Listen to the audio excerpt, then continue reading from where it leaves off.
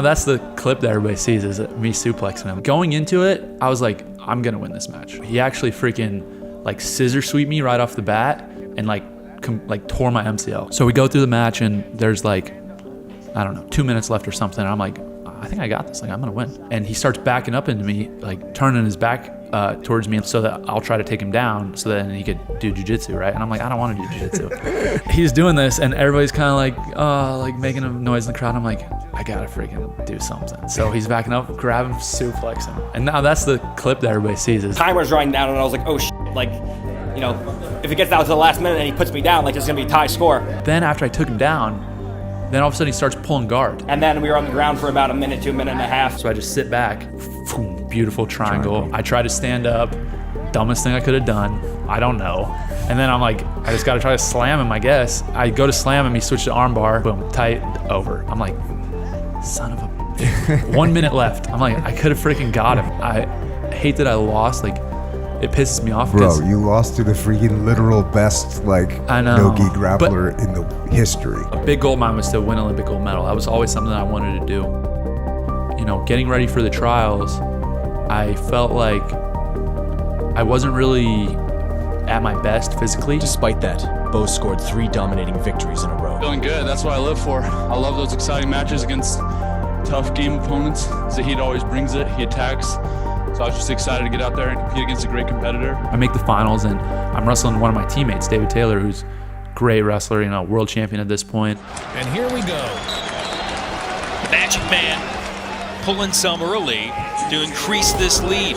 Nice low single leg shot there coming up, popping up to this, call that the submarine. Coming straight through, he needs to finish this. This is where Taylor's good and scrambles well. He lost 2 matches on points, missing out on the coveted ticket to Tokyo, and more importantly, missing out on the chance to make one of his lifelong dreams come true. It's pretty rough, pretty upsetting now, you know, knowing that I'm not gonna be able to compete in the Olympics. Taylor would later bring home the Olympic gold medal, while Bo would never step on the mat again. My plan was win the Olympics and then obviously be done. I don't have to prove anymore in wrestling, I can just move on.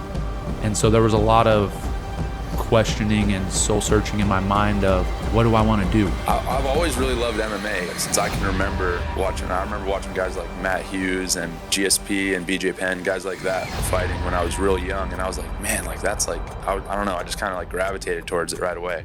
I started training in August of 2021, MMA. That's hilarious. Yeah, I know.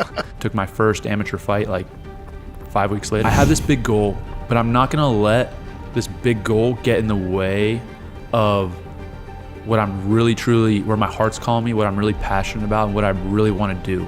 I felt like I would be doing like a disservice to myself if I had continued to wrestle. I kind of see American Top Team as like the Penn State of MMA. I felt like 2 things. I felt like, one, they were very structured relative to what most MMA kind of training situations, what I've seen. Who was your first amateur fight against?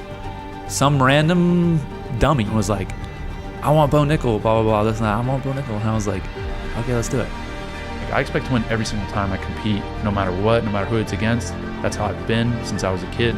And I'm not only going to be competitive in that instance, but I'm going to plan and prepare before, and I'm going to put the time in, and I'm thinking ahead. And that's just kind of what I think a lot of people are missing, you know? In his amateur mixed martial arts debut, Nickal easily defeated David Conley, winning by an arm triangle chokehold submission in round 1. My goals are to be UFC champion, to be the #1 pound-for-pound fighter in the world. And Bo's next fight was over almost as soon as it started.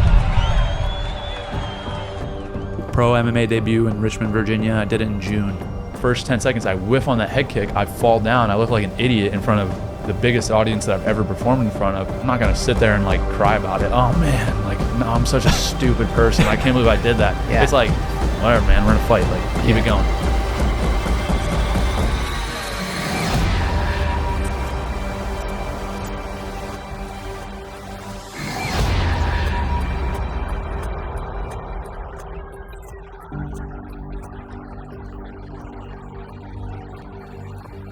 Boom, straight left hand, uppercut hook, knock the dude out in 30 seconds, and everybody loses their mind.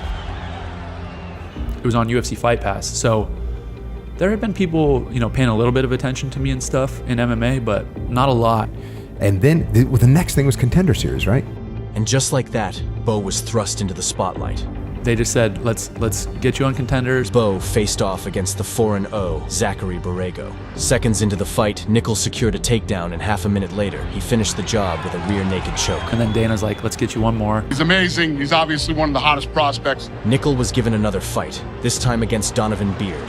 52 seconds into the fight, Bo would prove himself once again. Then you get your first fight in the actual UFC. Crazy. I'm like 3-0, and I'm like... Main card too, right?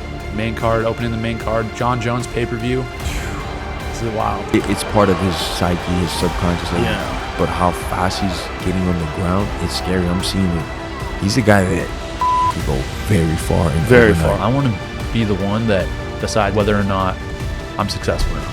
I'm not going to leave it up to Dana White. I'm not going to leave it up to UFC. I'm not going to leave it up to my coaches. I'm not going to leave it up to anybody but me.